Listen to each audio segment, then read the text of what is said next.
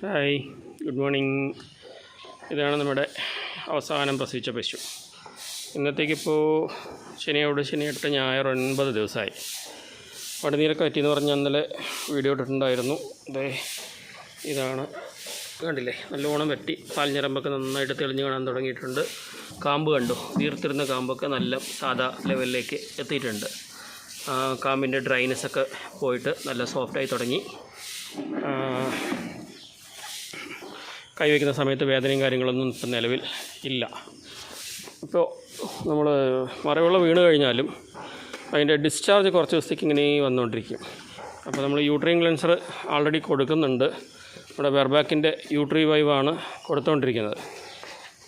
പക്ഷേ എന്താ വെച്ച് കഴിഞ്ഞാൽ വിട്ടോടി ബാബാ, ഇതാണ്ടോ. അപ്പം നമ്മൾ ഇത് ചെക്ക് ചെയ്ത് നോക്കണം. ഞാൻ ഇവിടെ പിടിച്ചിട്ട് കാണുന്നില്ല, നമുക്ക് കാണുന്നുണ്ടോയെന്നറിയില്ല. ഇത് വെച്ചിട്ടേ നമ്മളിത് ഇവിടെ വൾവ ഇങ്ങനെ ഓപ്പൺ ചെയ്ത് നോക്കണം. അപ്പോൾ പസ് ഉണ്ടോയെന്ന് അറിയാൻ വേണ്ടിയിട്ടാണ് ഇങ്ങനെ നോക്കുന്നത്.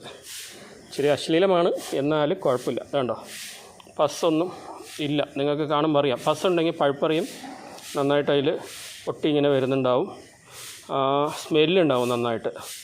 അങ്ങനെ ഉണ്ടെങ്കിൽ യൂട്രൈൻ ക്ലെൻസർ വാങ്ങിച്ചു കൊടുക്കുക, പിന്നെ ഡോക്ടറെ കാണിക്കുന്നതായിരിക്കും നല്ലത്. അപ്പോൾ യൂട്രസ് ഇൻഫെക്ഷനും കാര്യങ്ങളും ഒക്കെ മാറാൻ വേണ്ടിയിട്ട് അതാണ് ബെസ്റ്റ്. പിന്നെ ഇതാണ്ടോ, ഇങ്ങനെ ഡിസ്ചാർജ് വന്നുകൊണ്ടിരിക്കും. ബ്ലഡോട് കൂടിയിട്ടാണ് വരിക. ഇങ്ങനെ ഒരു 2 ആഴ്ച മുതൽ 1 മാസം വരെ ഇങ്ങനെ വരാറുണ്ട് ചില പശുക്കൾക്ക്. അവരുടെ ആരോഗ്യസ്ഥിതിക്കനുസരിച്ചിട്ട് അവരുടെ ബോഡി പെട്ടെന്ന് മെയിൻറ്റെയിൻ ആയിട്ട് വരാറുണ്ട്.